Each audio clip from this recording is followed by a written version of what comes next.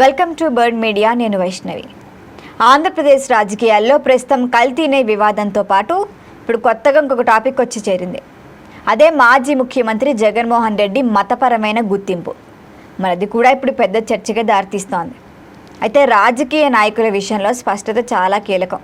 ముఖ్యంగా మతం వంటి సున్నితమైన అంశాల్లో నాయకుడు ఏ విధమైన సందేహాలకు తావివ్వకుండా తన వైఖరిని వెల్లడించడం ఎప్పుడూ అవసరమే. అయితే ఇక్కడ ఇది తక్కువ అవుతోంది. జగన్ తన మతపరమైన గుర్తింపుపై స్పష్టత ఇవ్వకపోవటమే ఇప్పుడు రాజకీయంగా చర్చనీయాంశంగా మారింది. ఆయన తాను క్రైస్తవుడని బహిరంగంగా ప్రకటించరు. మరి అదే సమయంలో పూర్తిగా నేను హిందువును, హిందూ సంప్రదాయాల్ని మాత్రమే అనుసరిస్తా అని కూడా ఆయన చెప్పడు. మరి ఈ అంశమే ప్రత్యర్థి పార్టీలకి విమర్శల అస్త్రంగా మారుతుందన్న విషయం మాత్రం గుర్తుంచుకోవట్ల. అయితే రీసెంట్గా బుధవారం శాసనమండలిలో జరిగిన పరిణామాలు ఈ చర్చకు మరింత ఊపునిచ్చాయి. అయితే ఆ చర్చల్లోనే మాట్లాడుతూ మీరు మీ నాయకుడు జగన్ క్రిస్టియన్లు అంటూ స్టార్ట్ అయింది అది. మరి కల్తీ నేపై జరుగుతున్న చర్చలో అచ్చెన్నాయుడు ఓ సందర్భంలో ఈ పదాన్ని ప్రయోగించడం జరిగింది.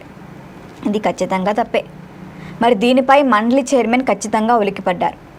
ఎవరిని మీరు క్రిస్టియన్ అనుకుంటున్నారని కూడా ప్రశ్నించారు. మరి ఈ అంశంపైనే వెంటనే ఈ బ్యాచ్ రెడీగా ఉంటుందిగా దాడి చేయడానికి. వీళ్ళంతా కూడా ఆందోళన చేయడం స్టార్ట్ చేశారు. అయితే ఏదేమైనప్పటికీ ఇక్కడ తెలుసుకోవాల్సిన విషయం ఏంటంటే, మోషన్ రాజు గోదావరి జిల్లాలో చూస్తే ఆయన క్రైస్తవ సంప్రదాయాలను పాటిస్తారనే ప్రచారం ఉంది. ఆయన చాలా సందర్భాల్లో అక్కడికి వెళ్ళారు, ప్రార్థనలు చేశారని కూడా. మరి మండలి చైర్మన్ స్థానంలో ఉండి ఆయన చేసిన ఈ ప్రకటన చర్చకు దారితీస్తోంది. ఆయన నేను హిందువునే అని చెప్తున్నారు. మరి ఇవెందుకు పాటిస్తున్నారని. ఇక రాజ్యాంగ నిబంధనల ప్రకారం దళిత క్రైస్తవులకు ఎస్సీ రిజర్వేషన్లు ఖచ్చితంగా వర్తించవు.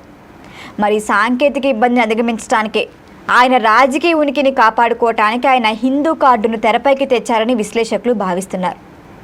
అయితే ఇక్కడ అందరూ చెప్తోంది, మీరు పాటించే మతాన్ని కూడా ధైర్యంగా చెప్పుకోలేని దిక్కుమాలిన స్థితిలో ఉంది వైసీపీ. మరి వీళ్ళకి మళ్ళీ వెనకాల సపోర్ట్ ఒకటి, సోషల్ మీడియాలో మీమ్స్ ఒకటి. సూపర్గా కౌంటర్ ఇచ్చారని అందరూ మాట్లాడుకుంటున్నారు. కాకపోతే ఇక్కడ వీళ్ళకి తెలియని విషయం ఏంటంటే, ఇవి రిజర్వేషన్కి లేకపోతే ఓట్లకి మాత్రమే హిందూ వాళ్ళు కావాలి, లేకపోతే మేము హిందువులం అని చెప్పుకుంటారు, ఒక ఓట్ల కోసం మాత్రమే. కానీ ఇదంతా కూడా ఈ ఓట్ల కోసం జరిగే ప్రక్రియ అని మాత్రం వైసీపీ స్వభావానికి వచ్చేసింది. మరి ఈ క్రమంలో ఆయన కూడా తప్పుగా మాట్లాడితే క్షమాపణ చెప్తా అన్నారు. అయితే ఇదే క్రమంలో మీరు క్రిస్టియన్ కాదంటే తప్పుగా మాట్లాడినట్లుగా ఒప్పుకొని క్షమాపణలు కూడా చెబుతున్నానన్నారు. మరి ఇదంతా ఓకే. అయితే క్షణం కూడా ఆలోచించకుండా మోషన్ రాజు తాను క్రిస్టియన్ను కాదని హిందువులని చెప్పేసుకున్నారు. దాంతో అచ్చెన్నాయుడు కూడా వెంటనే తనకు భేషజాలాలు లేవు, అయితే ఖచ్చితంగా నేను తప్పుగానే మాట్లాడుతున్నాను, ఇది నాదే తప్పని కూడా అంగీకరిస్తున్నా అని చెప్పి క్షమాపణలు కూడా చెప్పారు. ఇక రాజ్యాంగ నిబంధనల ప్రకారం దళిత క్రైస్తవులకు ఎస్సీ రిజర్వేషన్లు వర్తించవు. మరి సాంకేతిక ఇబ్బందిని అధిగమించడానికి, తన రాజకీయ ఉనికిని కాపాడుకోవటానికి ఆయన హిందూ కార్డును తెరపైకి తెచ్చారని విశ్లేషకులు భావిస్తున్నారు. మరొక సాధారణ రాజకీయ వాదనగా మొదలైన విషయం చివరకు మండలి రికార్డుల్లో ఇప్పుడు జగన్ క్రిస్టియానిటీ అనే వ్యాఖ్యల వరకు నమోదయ్యే వారికి వెళ్ళింది.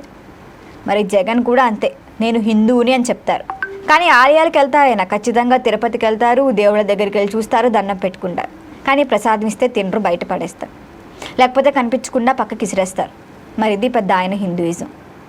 మరి సాధారణంగా ఇలాంటి సున్నితమైన అంశాలు చర్చకి రాకుండా చూసుకోవటం ఖచ్చితంగా పార్టీ బాధ్యతగా ఉంటుంది. కానీ వైసీపీ నాయకులే ఈ అంశాన్ని మరింత హైలైట్ అయ్యేలా మాట్లాడుతున్నారు. ఇక్కడ వాళ్లే జోకర్లు అవుతున్నారనే విషయం వాళ్ళు ఎందుకు తెలుసుకోవట్లేదో ఎవరికి తెలియట్లే. మరి మండలిలో జరిగిన చర్చలో వైసీపీ ఎమ్మెల్సీ తమ నాయకుడి మతంపైనే స్పష్టమైన సమాధానం ఇవ్వలేకపోయారు. ఇచ్చి కూడా మళ్ళీ అనవసరంగా ఆయన మెటీరియల్ అవుతున్నారు. మరొకవైపు ఇప్పుడు జగన్ వ్యక్తిగత జీవన శైలిని పరిశీలిస్తే రెండు మతాల సంప్రదాయాలు కనిపిస్తాయని విమర్శకులు చెబుతున్నారు. ఒకవైపు ఆయన హిందూ దేవాలయాలను సంప్రదించడం, వాటిని సందర్శించడం, ముఖ్యంగా తిరుమల వంటి ప్రముఖ క్షేత్రాలకు వెళ్ళటం తరచూ కనిపిస్తుంది. మరొకవైపు ఆయన క్రైస్తవ సంప్రదాయాలను కూడా పాటిస్తూనే ఉంటారు. మరి ఆరోపణలు ప్రత్యర్థి పార్టీల నుంచి వస్తూ ఉంటాయి. మరి ఈ రెండు అంశాల మధ్య స్పష్టత లేకపోవటం వల్ల ఆయన రాజకీయ ప్రత్యర్థులు ఈ విషయాన్ని రాజకీయంగా ఖచ్చితంగా ఉపయోగిస్తున్నారు. అయితే రాజకీయం అంటే అన్ని వర్గాలు కలుపుకొని పోవటమే, ఇది ప్రతి పార్టీకి ఖచ్చితంగా ఉండాల్సిన విషయమే. కానీ ఒక నాయకుడు ఆయన మతపైన అంశంలో సందిగ్ధంగా కనిపిస్తేనే అది ఓటర్లలో అనేక ప్రశ్నలను రేకెత్తిస్తుంది. ముఖ్యంగా ఏపీ వంటి రాష్ట్రాల్లో మత భావోద్వేగాలు చాలా ఇంపాక్ట్ చూపిస్తాయి. మరి అందుకే ఈ అంశం ఇప్పుడు వైసీపీకి ఒక సవాళ్లుగా మారిందని రాజకీయ విశ్లేషకులు చెబుతున్నారు. ఇక ఓటు బ్యాంకు రాజకీయాల పరంగా చూస్తే ఈ చర్చ మరింత ప్రభావం చూపే అవకాశం ఉంది. ఒక పార్టీపై ప్రత్యేక మతానికి చెందిన పార్టీ అనే ముద్ర పడితే గనక ఇది ఇతర వర్గాల ఓటర్లలో సందేహాలు కలిగించవచ్చు. మరి అదే సమయంలో మతపరమైన గుర్తింపును పూర్తిగా తిరస్కరించకపోవటం కూడా ఆ పార్టీకి రాజకీయంగా ఇబ్బందికరంగా మారే పరిస్థితి. మరి ప్రస్తుతం జగన్ మతంపై జరుగుతున్న చర్చలు ఈ రెండు కోణాల్లోనూ కొనసాగుతాయి. రాజకీయంగా ఇలాంటి అంశాలు ఎక్కువ కాలం కొనసాగితే ఇది జగన్ ఇమేజ్కే డ్యామేజ్ అయ్యే ఛాన్స్ ఉంటుంది. ముఖ్యంగా ఎన్నికల విషయంలో అయితే ఇంకా ప్రభావం.